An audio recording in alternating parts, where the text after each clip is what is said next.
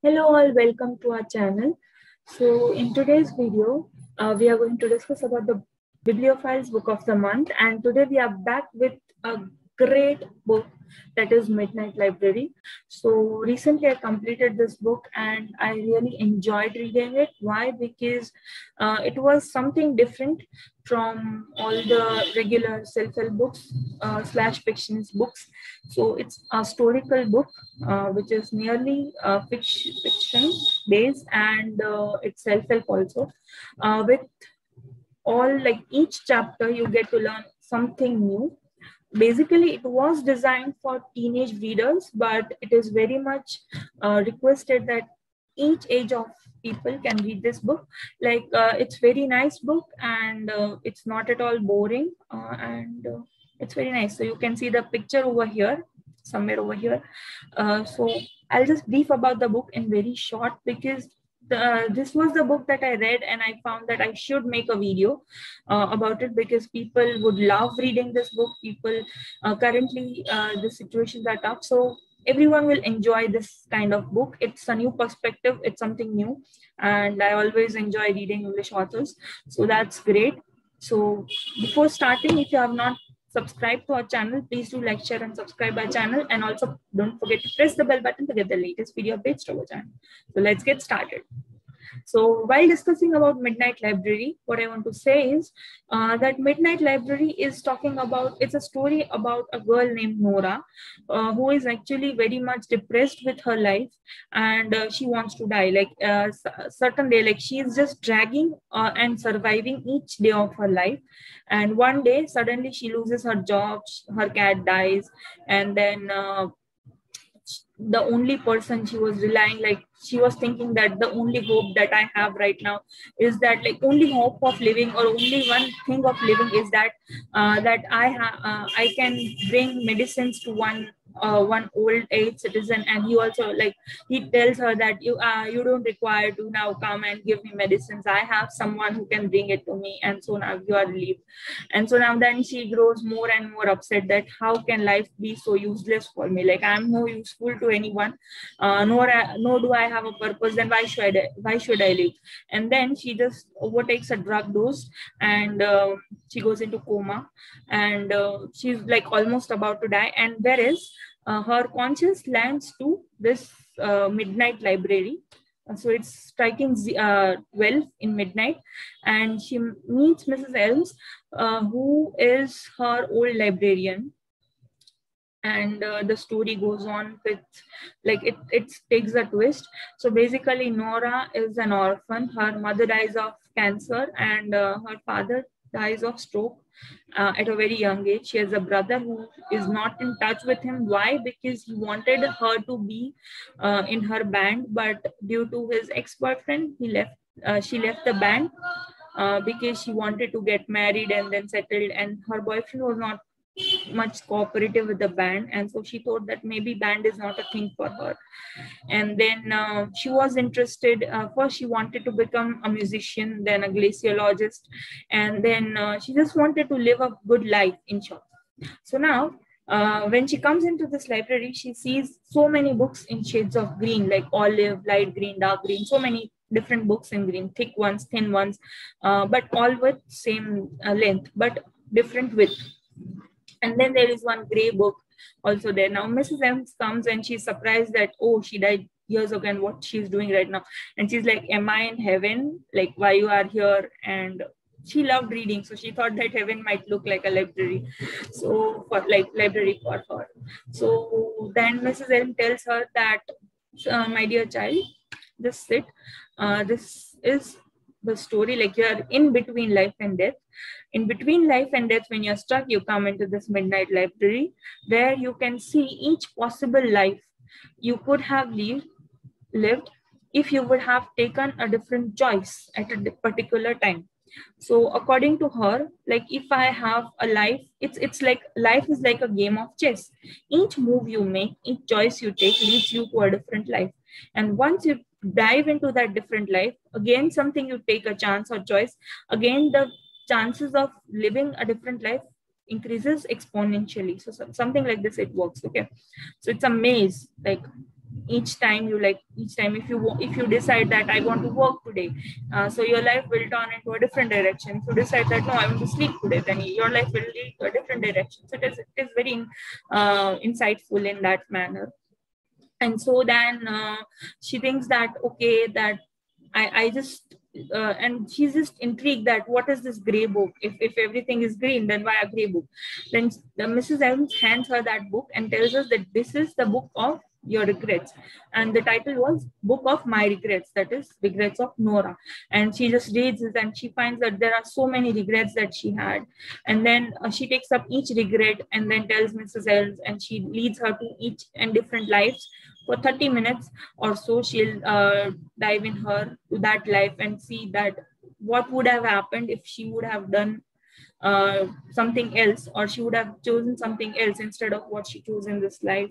And so she experiences so many lives, and in those lives she finds that what we are living today is what matters. You only live when you don't understand life. You only understand life by living.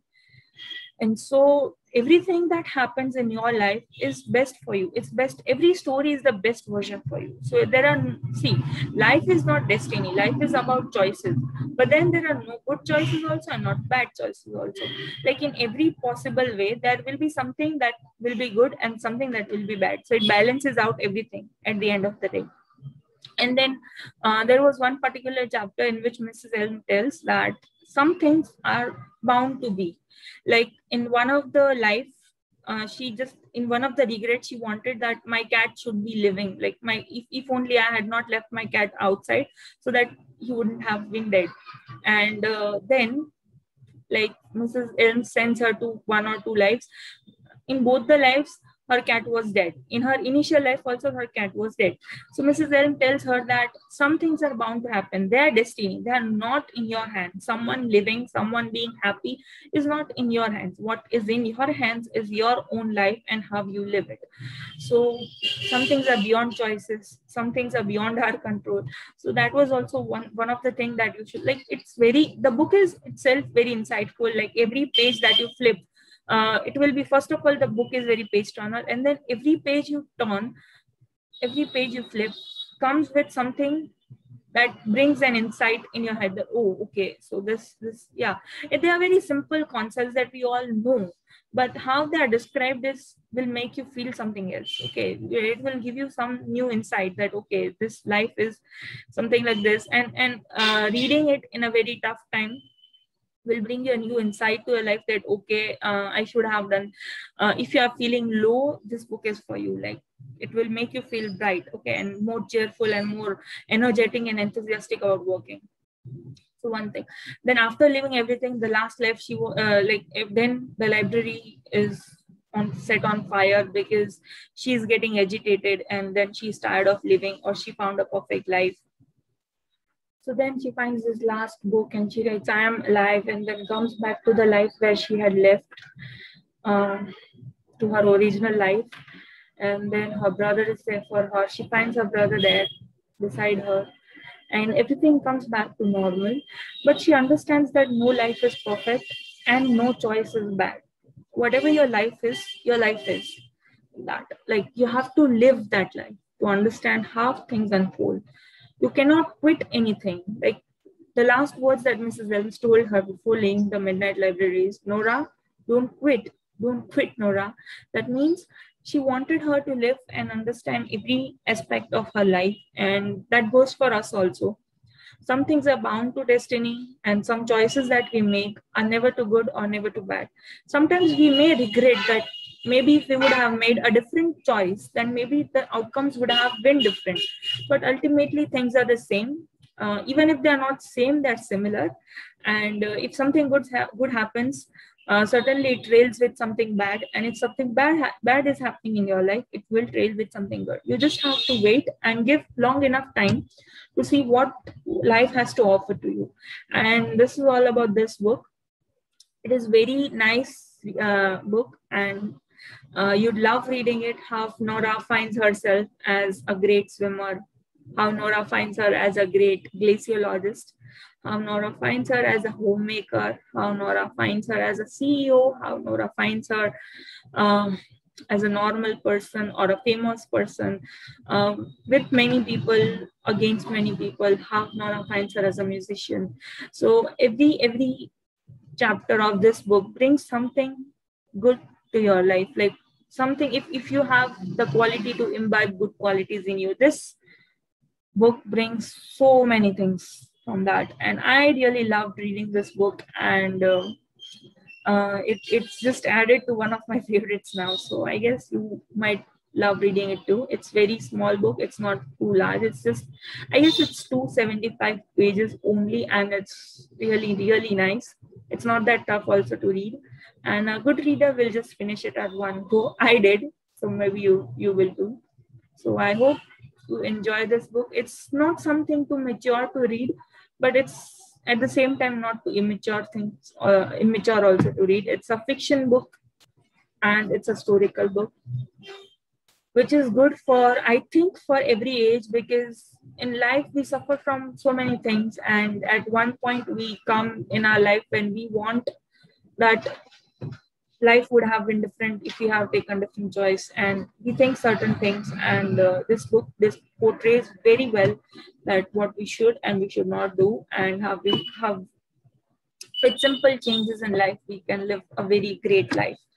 So I would definitely recommend this book. That's why it is in the Bibliophiles Book of the Month book.